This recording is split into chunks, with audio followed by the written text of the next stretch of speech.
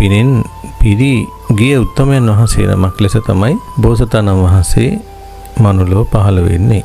සක්විති රජ බවට පත් වෙන්න උවමනා කරන හැම දෙයක්ම බෝසතාණන් වහන්සේ තුළ තිබුණා. නමුත් බෝසතාණන් වහන්සේට සිදු වුණා නිවීම පිණිස උපකාර වෙන දේ හොයන්න. කිං සත්‍ය ගවේෂී කිං කුසල ගවේෂී. ඒක සත්‍ය හොයාගෙන ගියා වගේම තමයි කුසල් හොයාගෙන ගියා.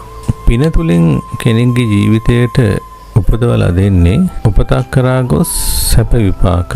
එහෙම නැත්නම් යම් ආකාරයේ මේ සසරේ එයාට සැපවත් ජීවිතයක්.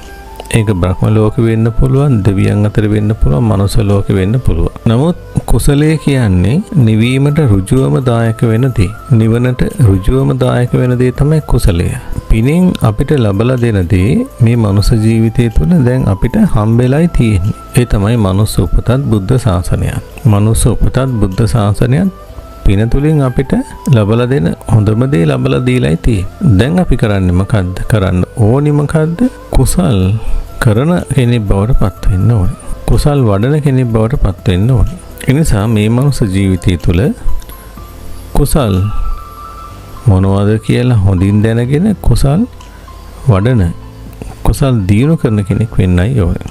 ඒ අතරේ Tamanට කරන්න පුළුවන් ඕනෑම පුණ්‍ය ක්‍රියාවක යෙදුනට කමන්නේ නැහැ. බුදුරජාණන් වහන්සේ දේශනා කරන මා බික්කේ පුඤ්ඤානම් බහිත. පින් කරන්න බය වෙන්න එපා කියලා බුදුරජාණන් වහන්සේ දේශනා කරනවා. දානම් බික්කේ පුණ්‍ය කිරිවත්තු. දන් දීම පින් කිරීමේ ක්‍රමයක්. සීලම් බික්කේ පුණ්‍ය කිරිවත්තු. සීලයත් පින් කිරීමේ ක්‍රමයක්. භාවනා බික්කේ පුණ්‍ය කිරිවත්තු. භාවනා කිරීමත් පින් කිරීමේ ක්‍රමයක්.